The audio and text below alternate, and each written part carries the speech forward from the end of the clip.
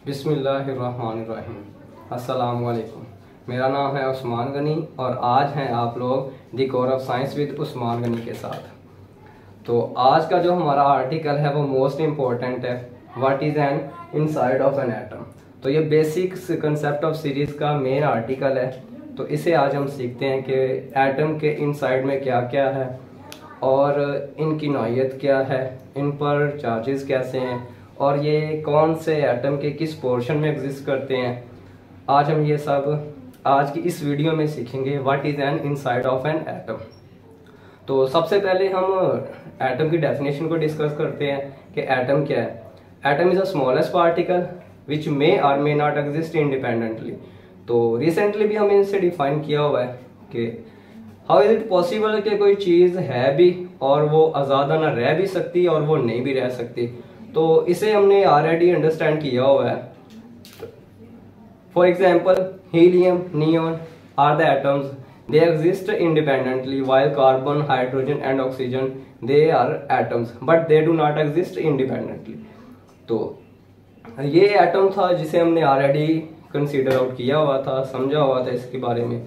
तो आज हम देखते हैं कि एटम के अंदर क्या क्या पाया जाता है और उनका काम क्या क्या है। तो सबसे पहले हम स्ट्रक्चर ऑफ एटम की बात करते हैं। तो आए देखें, स्ट्रक्चर ऑफ एटम है।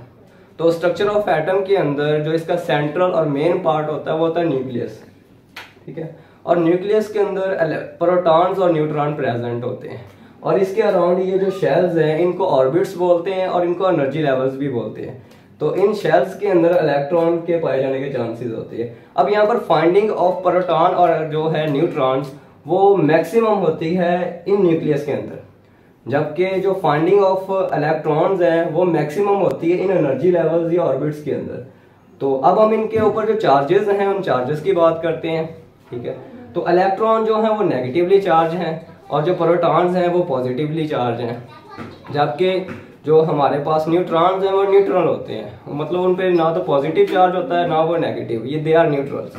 तो न्यूक्लियस की बात करते हैं। अब स्ट्रक्चर ऑफ एटम को आप लोग समझ चुके हैं कि स्ट्रक्चर ऑफ एटम क्या होता है और इलेक्ट्रॉन, प्रोटॉन्स, न्यूट्रॉन्स ये कहाँ कहाँ पर पाया जाता है, इन पर क्या नहीं जाता है। तो अब हम सबसे पहले डिस्कस करते हैं discovery of nucleus.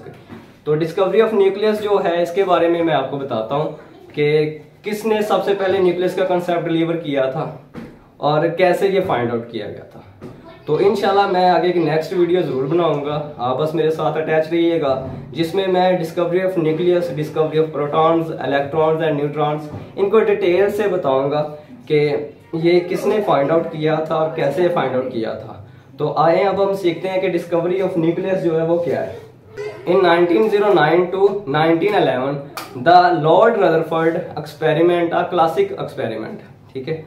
He studied the scattering of high speed alpha particles, ये जो थे high speed scattering of high speed alpha particles which are emitted from the radioactive atoms। radioactive जो हमारे पास मेटल्स होते हैं उनमें होता है प्लाटिनियम भी है, यूरेनियम भी है, लिथियम भी है, ठीक है। लेकिन लिथियम जो है वो एक लीस्ट रिएक्टिव है। तो ये जो हमारे पास है मेटल्स हैं, रेडियम ये एक रेडियो एक्टिव एलिमेंट्स है जहां से अल्फा पार्टिकल जो थे वो अमिट हुए थे। After this experiment he most that, अब इसने क्या किया था जब इसने ये एक्सपेरिमेंट को परफॉर्म करवाया, इसने एक गोल्ड की फॉइल ली जो थी 0.0004 सेंटीमीटर क्यूब थिक थी और उसने क्या किया, उन एक फोटोग्राफिक प्लेट ली, उसे स्क्रीन भी आप बोल सकते हैं। तो इसने इन अल्फा पार्टिकल्स को इन गोल्ड फॉइल के ऊपर टारगेट किया था। तो जब ये अल्फा पार्टिकल्स जो हैं वो इस गोल्ड फॉइल के ऊपर टारगेट हुए तो वहां से इसने क्या किया, आगे हम देखते हैं जी। After this experiment he realised that the most of alpha particles went through the gold foil by undeflected, then he realised that the most of the portion of the atom is empty. तो जब ज्यादातर जो थे alpha particles वो बगैर टकराए सीधे गुजर गए, ये देखें आप ब्लू जो है, तो ये अनडिफ्लेक्टेड अल्फा पार्टिकल्स थे। तो जब ये अल्फा पार्टिकल ज्यादातर बगैर टकराए किसी जगह से बिल्कुल स्ट्रेट फॉरवर्ड चले गए आगे, तो यहां से रदरफोर्ड ने ये रियलाइज किया था कि एटम का जो मेजर पोर्शन है ना वो एम्प्टी है। मेजर पोर्शन ऑफ एम्प्टी से मुराद ये है कि अगर बिलफर्ज कोई चीज होती एटम के ओवरऑल मैस के अंदर, तो जब अल्फा पार्टिकल उसे स्ट्राइक करते तो वो बेंड हो जाते, लेकिन ऐसा नहीं देखने में मिला। मैक्सिमम अल्फा पार्टिकल बगैर टकराए सीधे चले गए। तो यहाँ से उसने ये रियलाइज किया कि एटम जो है उसका मेजर पोर्शन वो क्या है, एम्प्टी है, ठीक है। while the some alpha particles, ठीक है, deflected slightly by large angles। तो यहाँ से उसने ये रियलाइज किया कि चंद अल्फा पार्टिकल्स हैं जो स्लाइटली हुए हैं, जबकि चंद एक अल्फा पार्टिकल्स ऐसे थे जो क्या हुए, टकराने के बाद टोटल रीबैक हो गए, रिबाउंडिंग हो गए। तो यहाँ से रदरफोर्ड ने क्या किया, Rutherford proposed that the rebounding alpha particles जो हुए थे, जो टोटली बैकवर्ड हो गए, यहाँ से रदरफोर्ड ने फिर ये मतलब प्रपोज किया था कि the rebounding alpha particle must have collide with the central heavy portion atom of the atom, तो देयरफॉर ही कॉल्ड न्यूक्लियस। तो जो ऐसे अल्फा पार्टिकल थे जो टकराने के बाद टोटली मुकम्मल तौर पे बैकवर्ड हो गए थे, यहाँ से फिर रदरफोर्ड ने ये आइडिया लगाया था कि यकीनन एटम के सेंटर में कोई ऐसी चीज है जो बड़ी ही डेंसर है, बड़ी सॉलिड है, जिससे अल्फा पार्टिकल्स टकराने के बाद वापस आ गए। अब अल्फा पार्टिकल जो थे वो पॉजिटिवली चार्ज थे, और जो एटम का सेंट्रल है अगर वो मतलब ऑपोजिट चार्ज होता तो उसे अट्रैक्ट करता, लेकिन यहाँ पर वो सेम चार्जेस थे। जहां से उसने आइडिया लगाया कि न्यूक्लियस के सेंटर में भी कोई सॉलिड चीज है, जिसने क्या किया, उसे टोटली बैकवर्ड मूव करवा दिया। तो इस डिस्कवर को फिर जो डेंसर पार्टिकल था, रदरफोर्ड ने उसे नाम दिया न्यूक्लियस का, ठीक है। अब आगे हम देखते हैं जी discovery of proton. Discovery of proton क्या है? ये जो डिस्कवरी ऑफ प्रोटॉन है, इसका क्रेडिट भी बेसिकली जाता है अर्नियस्ट रदरफोर्ड को। फर्स्टली जब इसने क्या किया था, इसने हाइड्रोजन के न्यूक्लियस को डिस्कवर किया था, तो इसने बोला था the nucleus of hydrogen that is proton, ठीक है, it is present in all other nuclear of the atom, I think in 1917।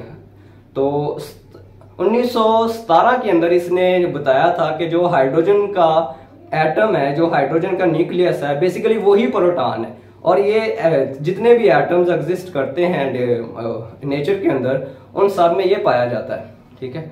लेकिन इसने क्या किया था, इसने स्पॉट आउट किया था, इसने बेस किया था एक जर्मन फिजिस्ट था, ई गोल्डस्टाइन उसे। अब वो जो जर्मन फिजिस्ट ई गोल्डस्टाइन है, उसने क्या काम किया था, उसने 1806 के अंदर उसने पॉजिटिव रेज को पैदा किया था। अब वो जो पॉजिटिव रेज है वो क्या है जी, इन 1886 German physicist E. Goldstein performed an experiment. This experiment he proved the produce a canal rays. These name are positive rays. अब इसने जो अपने एक्सपेरिमेंट के अकॉर्डिंग पॉजिटिव रेज को जनरेट करवाया था, पैदा करवाया था। अब ये कैसे पैदा हुई थी वो मैं आपको लॉजिक समझाता हूँ, रीजन बताता हूँ। इसने क्या किया था, इसने एक डिस्चार्ज ट्यूब ली थी जिसके अंदर गैस के मॉलिक्यूल थे। तो जैसे वो मतलब पॉजिटिव रेज जिसे इसने नाम दिया वो कैसे क्रिएट हुए, when a high speed alpha particles की आप बात कर लें, या आप दूसरे मानों में ये भी कह सकते हैं, ये रेज उस सूरत में पैदा हुई कि जब हाईली स्पीड जो था हमारे पास, these rays are produce when a high speed cathode rays electron strike the gas molecule and produce ion, ठीक है, पॉजिटिव आयन। अब वो पॉजिटिव आयन जो प्रोड्यूस हुआ है वो आप देख सकते हैं, यहाँ पे मैंने इक्वेशन में शो करवाया हुआ है। ये नेगेटिव चार्ज है, तो जब ये इलेक्ट्रॉन एक मेटल और लीव कर देता है तो वहां से 2 इलेक्ट्रॉन्स और 2 पॉजिटिव हो जाता है। अब इसने ये जो पॉजिटिव रेज पैदा की थी, अब इसने इन पॉजिटिव रेज की प्रॉपर्टीज भी बताई थी। फर्स्टली इसने ये बताया था कि these rays travel in a straight line in the direction opposite to the cathode, कि ये जो रेज हैं ये स्ट्रेट लाइन में ट्रेवल करती हैं। फर्स्टली इसने ये बताया था, और opposite direction of the cathode. Second इसने ये बताया था कि दे produces flashes on the zinc sulphate plate. जो इसने एक प्लेट ली थी जिंक सल्फेट की, उसके ऊपर क्या होता था, जब ये कैथोड रेज मतलब ट्रेवल करके होल में से गुजरती थी, तो जिस पॉइंट पे ये स्ट्राइक करती है ना, उस पॉइंट के ऊपर क्या होता था, उसी पॉइंट के ऊपर ही लाइट पैदा होनी शुरू हो जाती थी। तो तीसरा इसने पॉइंट ये बताया था कि the mass of a one proton 1836 point more than 1 electron। तो इलेक्ट्रॉन की निस्बत जो मैस ऑफ प्रोटॉन है वो 1836 टाइम ज्यादा है, ठीक है। और एक इसने पॉइंट ये भी बताया था, they are deflected by the electric field as well as magnetic field, they were showing that they are positive charge. तो अब हम देखते हैं जी डिस्कवरी ऑफ जो न्यूट्रॉन्स है, डिस्कवरी ऑफ न्यूट्रॉन है, इसको किसने डिस्कवर किया था और इसका क्रेडिट किसे जाता है। तो डिस्कवरी ऑफ जो न्यूट्रॉन है इसका क्रेडिट जाता है चैडविक को। अब ये चैडविक जो है इन्होंने क्या किया था, the first scientist to discover the neutron. The Chadwick discover neutron in 1932 and was awarded Nobel prize in physics. तो जब इसने डिस्कवर किया था न्यूट्रॉन्स को, तो न्यूट्रॉन को डिस्कवर करने के बिहाफ पे इसे एक 1935 के अंदर फिजिक्स के अंदर एक नोबेल प्राइज मिला था। अब ये जो प्रॉपर्टीज ऑफ न्यूट्रॉन की बात करते हैं, ये कैसे मतलब फाइंड आउट हुई। तो जो फ्री होते हैं न्यूट्रॉन्स, उनके अंदर प्रोटॉन्स और with the emission of electrons होते हैं, ठीक है, एंड दे आर न्यूट्रिनो। तो ये इक्वेशन आप समझिए, ये हमारे पास है न्यूट्रॉन्स, इसके अंदर प्रोटॉन्स और इलेक्ट्रॉन्स की एमिशन है और फ्री न्यूट्रिनोज होते हैं। अब ये जो फ्री न्यूट्रिनो होते हैं बेसिकली ऐसे मैटर्स, आगे जाके मैं इस पे बताऊंगा कि न्यूट्रिनो क्या है। इनका लिटिल मैस होता है और ये नॉन मैटर के तौर पे होते हैं। जितने भी हमारे पास अब्स्ट्रैक्ट नाउन होते हैं वो सारे के सारे नॉन मैटर बिहेव करते हैं, यानी कि ये नॉन मैटर्स के अंदर आते हैं। ना तो इनका मैस होता है और ना ही ये कोई स्पेस कैरी आउट करते हैं, बल्कि ये मतलब समझ लें कि हवा के साथ ट्रेवल करते जाते हैं, ठीक है। अब सेकंड इसका पॉइंट क्या था, न्यूट्रॉन्स के नॉट आयोनाइज्ड गैसेस। अब जो न्यूट्रॉन्स हैं ये आयोनाइज भी नहीं होते गैसेस के अंदर, और neutrons are highly penetrating power. और पेनिट्रेट का मतलब होता है सरायत करना किसी भी मैटर के अंदर, वो सॉलिड हो, लिक्विड हो, गैस हो। तो जो न्यूट्रॉन्स है वो बड़ा हाईली पेनिट्रेट करते हैं, ये सरायत रखते हैं, ठीक है। अब हम बात करते हैं डिस्कवरी ऑफ इलेक्ट्रॉन की। तो डिस्कवरी ऑफ इलेक्ट्रॉन इसका क्रेडिट जाता है जे थॉमसन को। इसने 1897 के अंदर एक एक्सपेरिमेंट किया था, measurement of E/m value of an electron.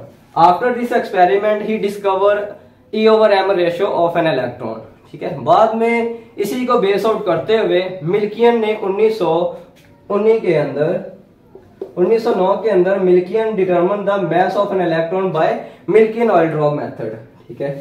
तो ये मतलब जे थॉमसन और मिल्कियन ऑयल ड्रॉप मेथड, इन दोनों का मतलब वर्कआउट था। तो इन दोनों के बिहाफ पे इन लोगों ने बताया था कि मास ऑफ इलेक्ट्रॉन और चार्ज ऑफ इलेक्ट्रॉन, उसकी नौयत बताई थी कि इलेक्ट्रॉन के ऊपर चार्ज क्या आता है। ये मैं इंशाल्लाह आपको डिटेल से बताऊंगा सारा। डिस्कवरी ऑफ पॉजिट्रॉन बात करते हैं। अब मैंने बोला था ना कि electron, proton and neutron they are the fundamental particle of an atom, but more than 100 particle exist in an atom. ये मतलब थॉट किया जाता है कि एटम के अंदर फंडामेंटल पार्टिकल से हटके भी कम से कम 100 पार्टिकल्स एग्जिस्ट करते हैं इसके इनसाइड के अंदर। अब चंद एक जो है मैं आपको बताता हूँ।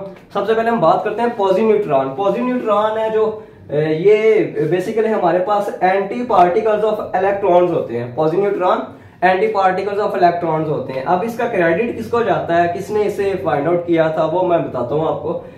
इन 1932 an American physicist Carl David Anderson discover the positron. और जो पॉजिट्रॉन है वो हमारे पास एंटी पार्टिकल्स ऑफ इलेक्ट्रॉन है, for which he won Nobel prize in physics in 1935।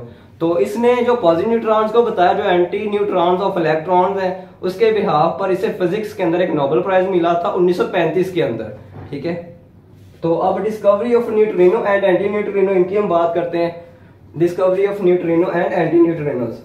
तो इन 1956 experiment reported that the detection of free neutrons. For this discover the Nobel Prize in Physics was awarded to Rhines in 1995, but not to Kavan, who had died in 1974. अब ये दो scientist, एक है जिसका नाम है हमारे पास राइन्स और दूसरा है कवान। ये दो साइंटिस्ट थे जिनके इन्होंने मतलब टुगेदर वर्क करके न्यूट्रिनो और एंटी न्यूट्रिनो के बारे में बताया था।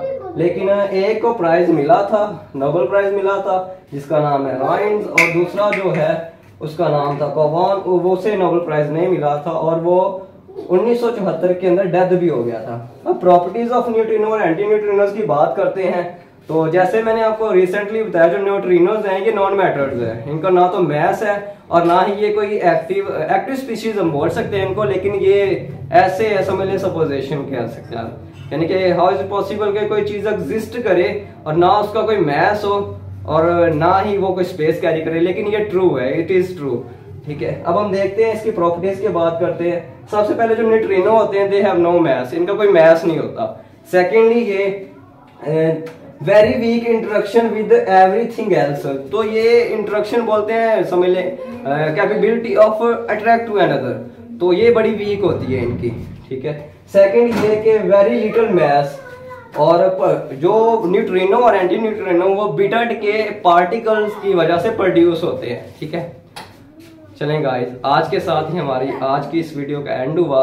इसके साथ साथ ही हमने आज ये भी सीखा कि इलेक्ट्रॉन, प्रोटॉन, न्यूट्रॉन और न्यूक्लियस को किसने डिस्कवर किया, कब किया, और मोर देन 100 पार्टिकल जो एग्जिस्ट करते हैं एटम के इनसाइड, उनमें से चंद एक के बारे में हमने आज थॉट आउट सीखा। उम्मीद है आपको मेरा वीडियो पसंद आया होगा। अगर आपको मेरा ये वीडियो पसंद आया होगा तो प्लीज़ इसे लाइक कीजिएगा, सब्सक्राइब कीजिएगा और बेल आइकॉन को प्रेस कर दें ताकि आपको मेरे हर नई आने वाली वीडियो का नोटिफिकेशन मिल सके। अस्सलाम वालेकुम।